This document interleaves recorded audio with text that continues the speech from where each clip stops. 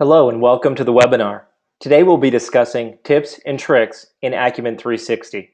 I'm Tom Poland, the Director of Professional Services at Acumen.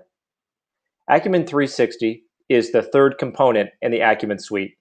Over the past couple of days, we've discussed tips and tricks both in Acumen Fuse and Acumen Risk. Now some call Acumen 360 the icing on the cake in the Acumen suite, and others call it the best kept secret in the Acumen suite. Well, you might have your own opinion after you see some of the tips and tricks today. First, let's talk a little bit more about Acumen as a company. Acumen truly believes in improving planning, accuracy, and reliability for a project plan. Analytics is practically our middle name. We want to know exactly what's going on in a plan so the project that the plan is for can be poised for a tremendous amount of success. We believe that a sound plan, a strong baseline is needed for that. In addition, a plan that maintains its quality through execution. As we talked about in yesterday's webinar, risk consideration is a huge component as well, both from the baseline standpoint and from an ongoing standpoint. Today with 360, we'll be talking about the next step after risk consideration. Some of the recognition that we're proud of at Acumen is Planning Innovation of the Year 2012 and an Inc. 500 fastest growing company. Our legacy is 25 plus years of thought leadership, and we're trusted by Fortune 500 and many of the industry leaders that you see here on the right-hand side of the screen. Let's talk about Acumen's S1 to S5 schedule maturity framework. The reason why this is important is it governs everything that we do at Acumen when it comes to developing our software and helping to meet your needs. The model starts at S1 with the schedule basis. These are the scheduling and cost tools that you're using today. We don't replace those, we work in addition to those. You'll use the S1 process to begin to develop your baseline plan. Now your baseline is not complete at the end of S1, but it's ready to be critiqued as part of the S2 process. That's where our Acumen Fuse solution comes in with its project diagnostics. It also has the ability not only to observe your schedule, but it has the ability to cleanse your schedule in certain areas as well to increase its quality. S3 incorporates the use of a risk-adjusted schedule. With Acumen Risk, we support both probabilistic and deterministic risk, and we support the risk driver process. Through an iterative risk assessment process, which may involve a risk workshop, you may at this point have a risk-adjusted schedule which no longer meets your contractual obligations. Now that's not a desirable situation for any project, and the fact is, in S4, the optimization phase, you may need to do something about that. That's where Acumen 360 comes into play, and that's what we'll be discussing today. The goal from the project optimization phase is to understand if your project can be optimized, should it be optimized, and if it does need to be optimized, the ability to export that schedule and use it as your new working master. Finally, once you have an optimal schedule, you can go through the S5 team validation and buy-in process, where all of the executives, technical managers, and project stakeholders get to observe what's in the schedule and buy into the schedule and commit to the execution. Okay, so now let's talk more about Acumen 360. The benefits are several. You can recover from delays and maintain alignment with your project goals. You have the ability to perform automatic scenario generation under parameters that you yourself govern. There's also a manual interactive mode as well, which we'll be showing you during the presentation. The fact is, during the baseline process and during program execution, you might run into events, assumptions, and risks which will prohibit you from meeting your original project goals. Acumen 360 is your tool to help you meet your project goals despite the chaos of a program execution environment. The audience for the tool: schedulers, planners, project managers, really project stakeholders. Anyone who is involved in the project in any capacity may wish to see how their scenario, their portion of the schedule, can be optimized. Some of the features, I'm going to be demonstrating these in detail, so I'm not going to go through them much from a bullet point perspective, but there are 3 modes of acceleration that we'll be looking at. We're going to compare our accelerated scenario to our initial scenario, and we can do this as many times as we need to as part of a what-if analysis. Now, when we find that scenario that we really think we can live with and will help us meet our project goals, we can export that scenario back to our scheduling tool and use that as our integrated master schedule going forward. Here's the 3 acceleration options or modes in the tool. The first is automatic acceleration. This is focused primarily on the critical path. Next, we have targeted acceleration. This is my favorite mode because we get to control which areas of the schedule get accelerated and which don't. And when I say which areas, you'll define those areas. We won't define those areas for you, but we'll help you get to those definitions. And I'll show you how we do that with our script and stepped editor. Finally, one of the user's favorite modes is this interactive mode. It performs a real-time forward and backward pass on your schedule as you make changes to different areas. Now again, areas is up to you. That can be the lowest level of detail in the schedule, or you can actually make adjustments at a high level in the schedule that'll filter down to the more detailed tasks. Also, the interactive mode is where you can introduce schedule deceleration, and we'll talk about that as well. We'll start with the interactive mode today. It's one of the most visually compelling modes, and it's very easy to use in the software. You group activities any way that you'd like. I'm going to use my standard WBS grouping in the program that I'll show you in a minute. You can add or remove duration, like I mentioned, at the top level, the lowest level of detail, or anywhere in between, using these very easy to use calibration sliders. If you choose to add or remove duration at the top level, the settings will cascade down to the children activities. And because this all works in real time, you can immediately view the impact of what you're doing. So let's go over to the Acumen tool. And what I've done for the sake of time today is I've already opened a project. It doesn't take very long. I used a Primavera schedule, which I have open on the screen here. And I can expand it through any level of the WBS. The columns that I have are standard project information that you might find in your scheduling tool, with one exception.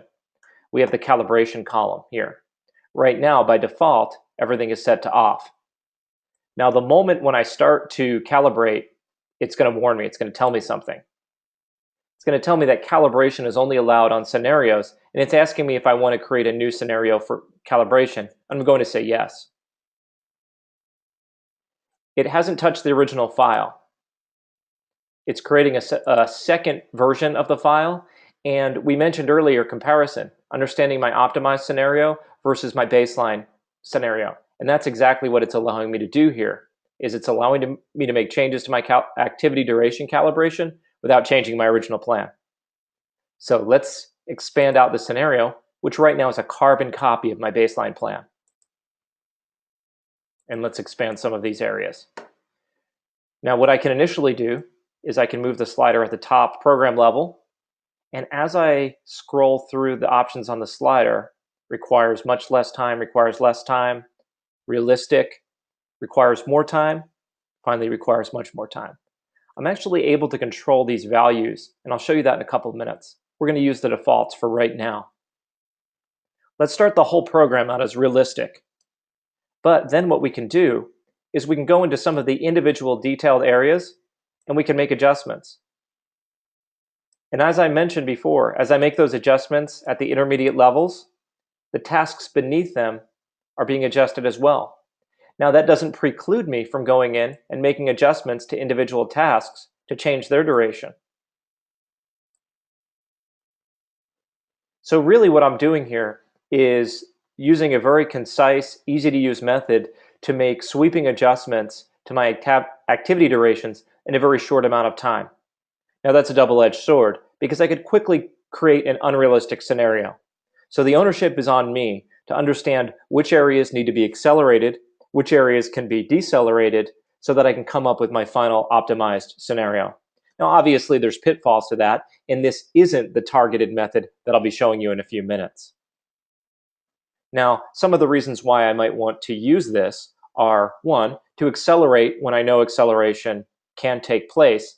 I might need to decelerate due to a funding profile or scenario that I'm trying to match. Our partners in the defense industry right now are going through some lean times where there's not as much funding available as there used to be.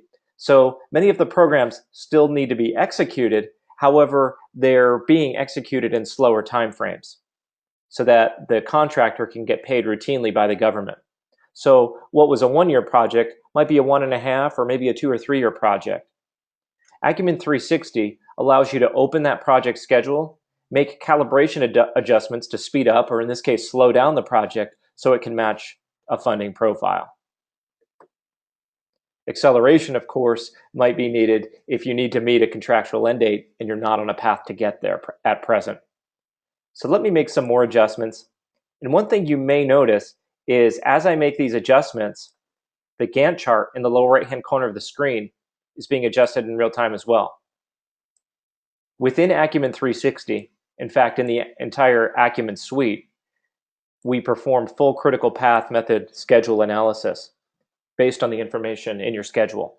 So that's actually being performed in real time as you move these sliders. Now, one thing I mentioned earlier is you yourself can make adjustments to what the calibration slider is doing, and that's according to our calibration template. And let me show you where that is.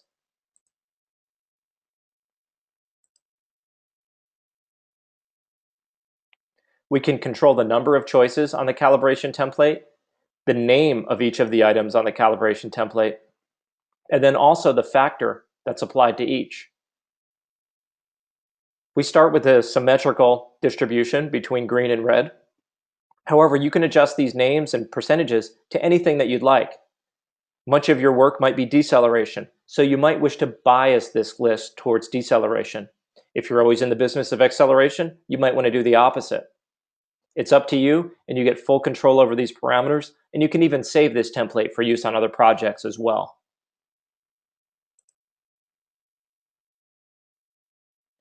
Now with this scenario intact, let's use some of our other methods to create some other scenarios, and then we can compare them.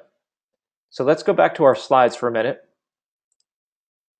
We'll talk about comparison in a moment. Let's talk about here targeted acceleration.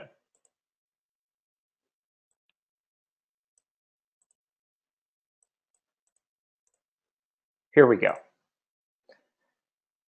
Okay, now here is where you can give the application parameters that you want to use to have it quickly produce scenarios that might help you meet a targeted finish date for your project. This applies a bit more intelligence than just moving the sliders around and seeing what happens, as we did a couple minutes ago. Now, there's a time and a place for both methods. Let's talk about how this method works, and then you'll be able to choose which would be more applicable to your situation. We have filters. I'll show you those. We have acceleration limits, and we can set a finish date goal. We can set acceleration strategy for an individual task as well. Let's go out to Fuse or 360 and show you how that's all done. So instead of using these sliders this time, let's go back up to our main plan and let's click the Accelerate Schedule button. Now there's many moving parts on this screen, so I'll step through it one step at a time. The first part of the screen is the Schedule Cleanser. Here you have the opportunity to remove redundant logic, hard constraints, soft constraints, leads, lags. You can even convert your lags to activities. Now the reason for this is these constraints may hamper your ability to optimize your schedule. Think about it. Many of your tasks in your schedule have hard constraints, like mandatory finish dates. You're only going to be able to contract the schedule so much until you start bumping into those constraints, which aren't going to move because they're hard constraints. Using the Schedule Cleanser as part of the acceleration, you have the opportunity to remove those constraints so that you have smoother flowing logic and ultimately the potential of a better optimization exercise. Let's remove hard constraints and soft constraints, and we'll leave the others alone right now, and we'll see how much optimization we can get from this schedule. Next, you have the ability to accelerate a schedule or an activity. You can select a goal date, or you can select an acceleration factor. I call this turning up the heat, and you can see we're reducing the overall duration of our project, which is in orange, as we move this slider down. Now we have to be realistic.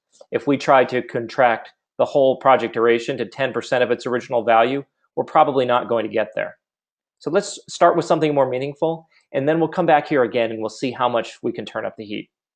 The other thing we can do is we could select the best date possible and have the system tell us, based on the acceleration strategy that we use, where it thinks we're able to finish this project. First, let's try for our own date. We'll say July 28th, 2011 versus a current finish date of January 31st, 2013. Certainly very ambitious. For now, let's use the script called normal acceleration. We're going to look at the details of that in a few minutes. And let's go ahead and run the script. Very quickly, it's come back and it's given us some information. It's told us the original project finish date was January 31st. We targeted July 28th. It was able to achieve a goal of August 26, 2011.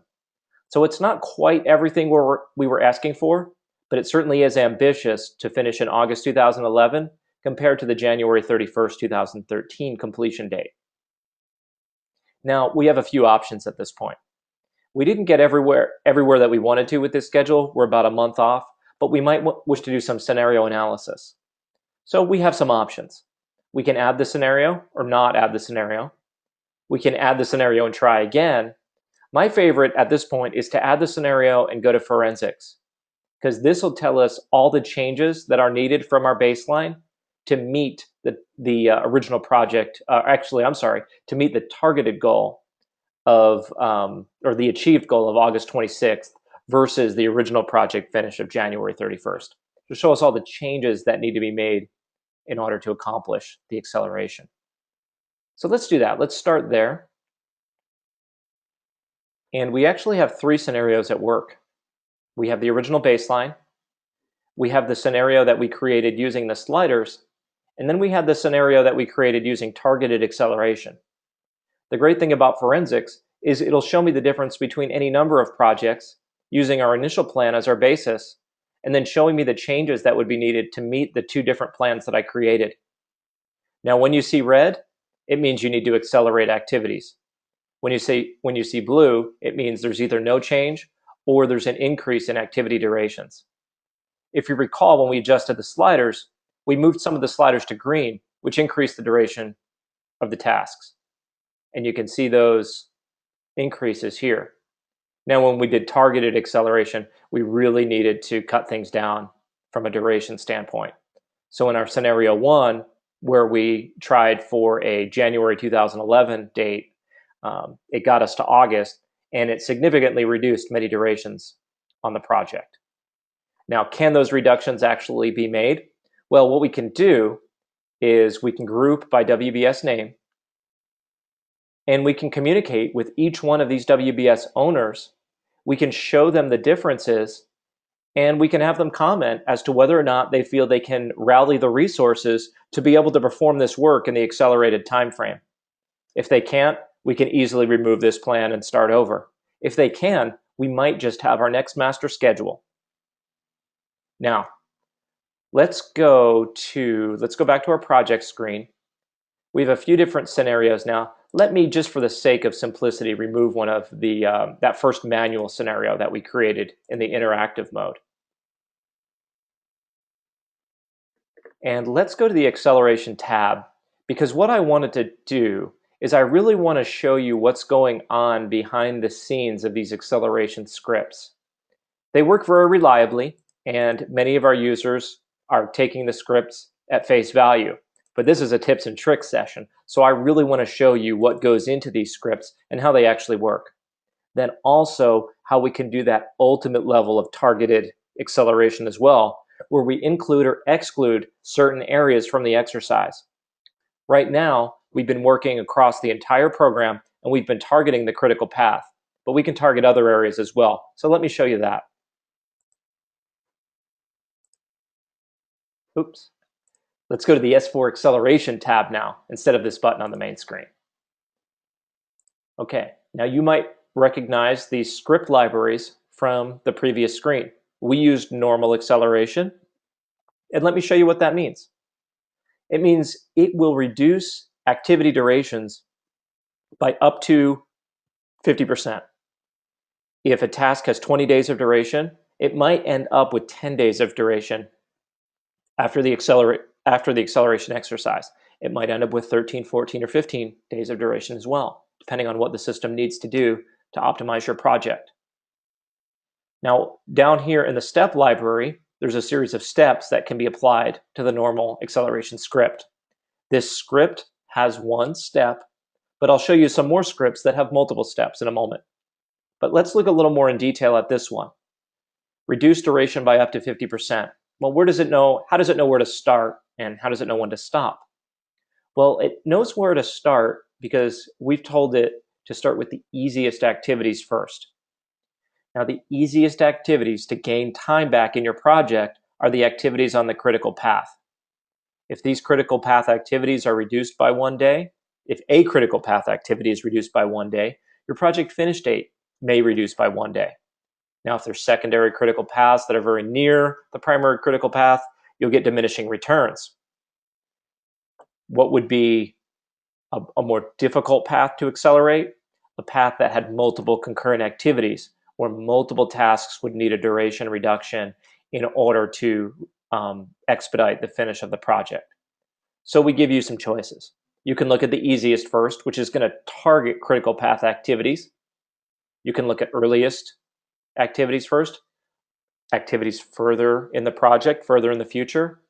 Or one theory is that you can target the longest activities first because they might have the most potential to have some duration reduced from them.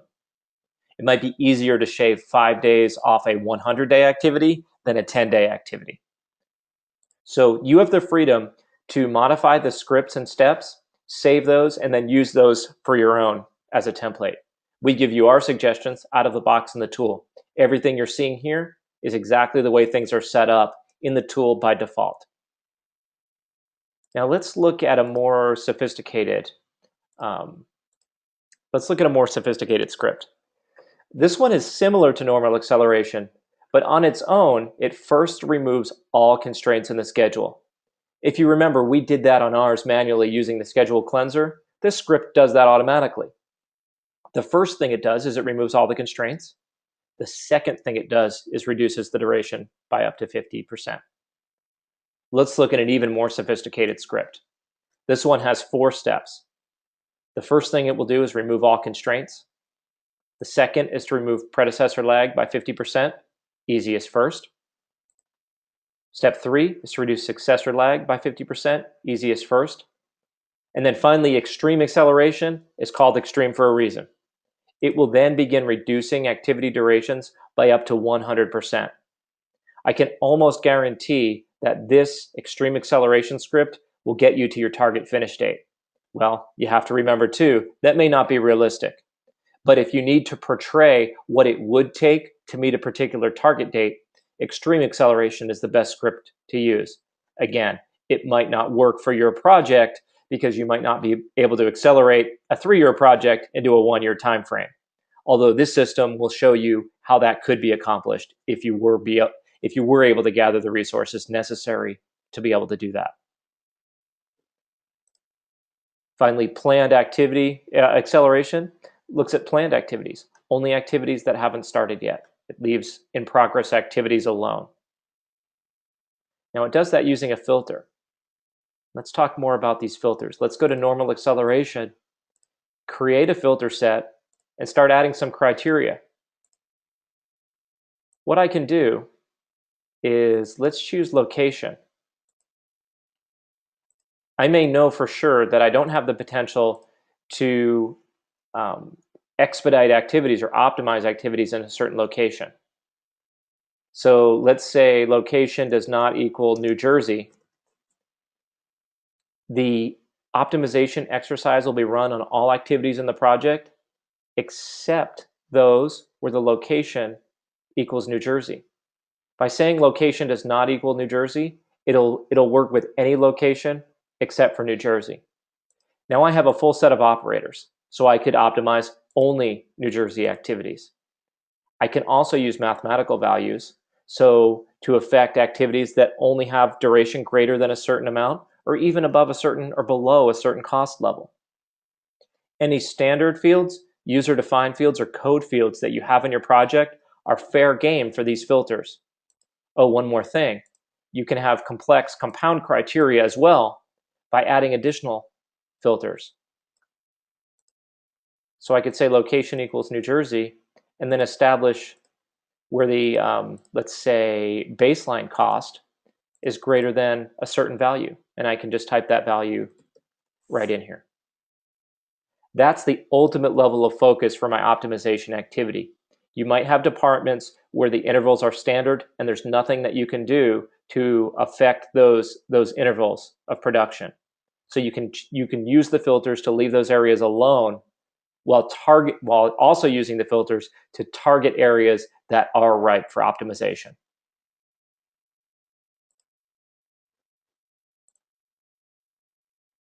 Okay, let's go back over to our slides, talk about how we can use this for decision support. One thing I'll demonstrate when we go back into the software, actually I'm going to demonstrate several things, but since we're in the Acumen suite, I can run the diagnostics that I've run on my baseline on my optimized scenario as well. And we'll go to the diagnostic screen and we'll do that, and you'll see the differences. You'll even see some scoring differences between the different schedules, especially when we remove the constraints using the schedule cleanser. We went over to forensics to compare scenarios to find out what's changed. And you can even use the timeline view on the S1 project screen to view changes to the project finish or any individual activity in the project. So let's do a couple things back in the Acumen suite, and then finally, if we have a scenario that we like, we'll export it back to our scheduling tool. Oop, here we go. Oops, here we go. Okay, so let's go to that diagnostic screen. We had created our scenario that remains is the one that we targeted. One more thing is I can go to this scenario and I can rename this to be targeted acceleration. It doesn't have to be called initial plan scenario 1. We can designate our own name for it, which might make more sense to us. So let's return over to this diagnostic screen and run our fuse scoring on this project. Well, the two scores come out about the same. In fact, even a little bit lower. Our initial plan was just over 3 years long. Our targeted acceleration is just 1.5 years long. And the system now believes some of our tasks have insufficient detail because many of the activity durations have stayed the same, while the overall project has gotten shorter. Those durations now represent more than 10% of the project duration. At that point, when there's durations higher than 10% of project execution, we tend to feel that there's not enough detail in the project schedule. So that's something that you might wish to address if you do cut the time frame down on a project, is some of your durations might be really too large relative to the overall size of the project. So overall, we haven't improved our score at all, but this is an iterative process. We could continue to make tweaks and changes and hopefully end up with a higher fuse schedule index score. But we're not going to do that right now. Let's say that we are satisfied with the work that we've done with this scenario. All I need to do to get that scenario back into Primavera is to export it as an XCR file. We'll call this optimized. We know it still has some issues, but this is just a demonstration. Call this optimized schedule. We'll click save.